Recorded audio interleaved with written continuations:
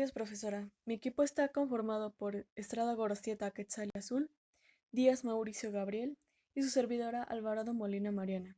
Nosotros le presentaremos el tema de matriz de migración.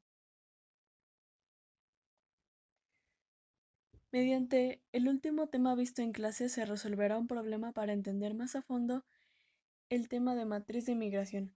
Para esto se pondrá un ejemplo de un problema de la vida cotidiana desde el punto de vista biotecnológico. Se resolverá un problema de matriz de inmigración para entender de manera más clara en qué momento se puede utilizar una matriz y dar solución a un cierto problema mediante el ejemplo de la vida cotidiana, el cual consiste en la cantidad de oxidación que necesita cierto elemento al reaccionar con otro, retomando los conceptos originales y los tipos de matriz que existen en los diferentes casos que se llegue a dar tras la información que nos proporciona el tema.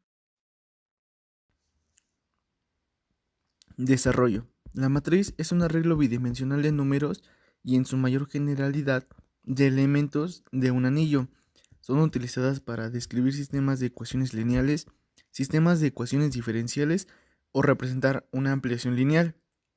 La matriz parte de ser un arreglo bidimensional de los números también es conocida como entradas, acomodadas en fila, en líneas verticales y en columnas. Las matrices nos permiten observar los movimientos migratorios ocurridos en determinado momento de la vida de la persona entre las distintas unidades político-administrativa de un país, permitiendo identificar lugares de atracción o rechazo, identificar flujos, caracterizar a los migrantes según diversas categorías como el sexo, edad, años de estudio, ocupación, etc. Y generar tipología de migración de acuerdo con él o los tipos de migración. Las transformaciones lineales intervienen en muchas situaciones en matemáticas y son algunas de las funciones más importantes. En geometría modelan las simetrías de un objeto. En álgebra se pueden usar para representar ecuaciones. En análisis sirven para aproximar localmente funciones. Tipos de matrices. La matriz fila, que tiene un orden de 1 por 3. La matriz columna, que tiene un orden de 3 por 1. La matriz nula, que tiene un orden de 2 por 3 y todos sus componentes son 0. La matriz cuadrada, que tiene un orden de 3 por 3. La matriz diagonal, que tiene un orden de 3 por 3 y su diagonal principal son números distintos a 0. La matriz identidad, en donde su diagonal principal son números en 1 y los demás son ceros. La matriz transpuesta, que tiene un orden de 3 por 2. La matriz de triángulo superior, que el triángulo que se forma en la parte de abajo de la matriz es igual a 0.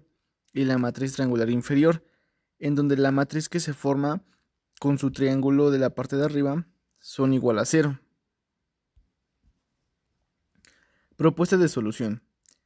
Se quiere saber cuántos electrones se necesitan para que dos elementos se reduzcan a óxido, teniendo en cuenta que el 10% de los electrones del elemento 1 migran al elemento 2 y que el 8% de elementos migran del elemento 1.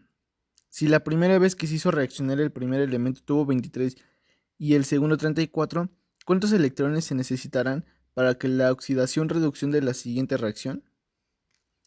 Tenemos en cuenta que tenemos un elemento 1 y un elemento 2. Nuestros números a tomar son 0.9 y 0.06. En la parte de abajo tenemos 0.1 y 0.94. Y esta se va a multiplicar por nuestra otra matriz, que es 23 y 34. Al hacer nuestras sumas y operaciones correspondientes, obtenemos que es 0.9 por 23 más 0.06 por 34, que es un total de 22.74. Y 0.1 por 23 más 0.94 por 34, teniendo un total de 34.26. En la reflexión del aprendizaje, tenemos que en la resolución del problema vamos a utilizar el método de matriz de migración, donde nos va a hablar de dos elementos que requieren su número de oxidación. El elemento 1 va a estar representado por un 10%, que eso posteriormente pues ya se explicó en la propuesta de solución. Pero va a migrar al elemento 2, que eso va a tener una equivalencia de 0.1.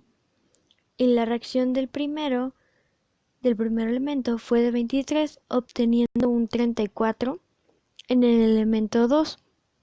En la primera matriz que se realizó, el resultado siempre será 1, porque eso va a representar como tal el 100% de una reacción de oxidación, en este caso. Se debe tener cuidados con los datos, ya que si algún número no está escrito o dicho, el problema estaría mal. Por eso es importante anotar y verificar los ejercicios a resolver o problemas.